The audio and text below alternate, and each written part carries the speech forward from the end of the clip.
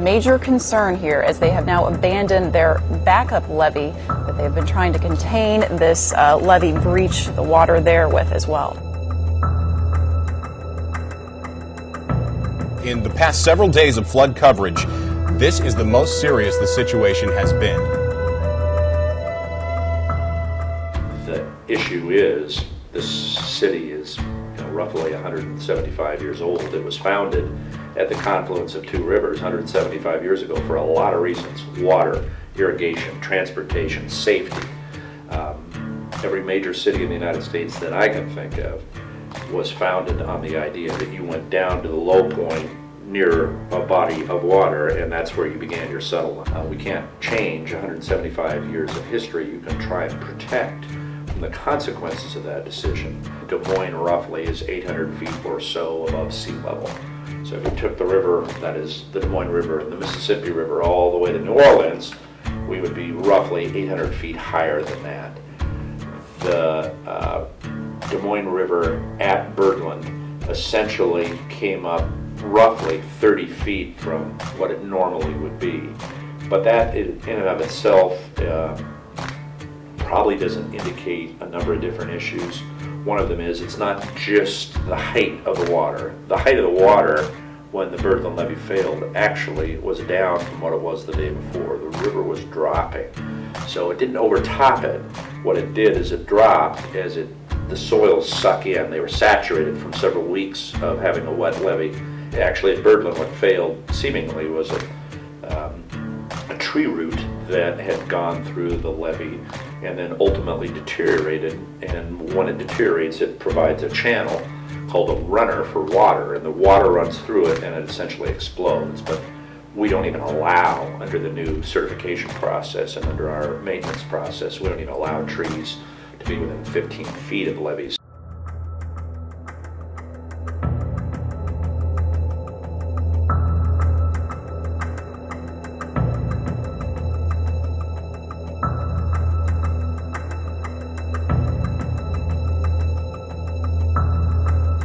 Well, I think the biggest thing for a lot of the teachers here, and I wasn't here in '93, but it was like deja vu.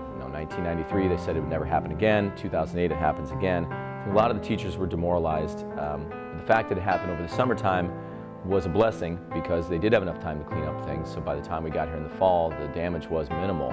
They sandbagged till kingdom come. I mean, they had 2nd Avenue, 6th Avenue, the levee. They thought it was going to break, and of course, when the Army Corps of Engineers released the Saylorville Dam waters, we knew we were in trouble. And the levees didn't hold, obviously, and the sandbag efforts, which were around the school and around 6th and 2nd Avenue, didn't hold, and the water just came in. And at that point, there wasn't a whole lot you could do. We had people who had to survey the damage by boat.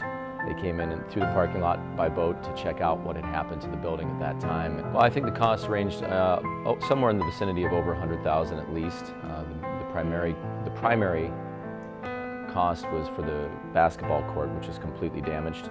They had to replace the entire floor. They had to take out, of course, all the water that was standing. For the most part, the insurance took care of it, but the district was responsible for that. But for the other things that needed to be replaced, there were some things along the way. The federal government had to step in, and we had to get some FEMA resources for that.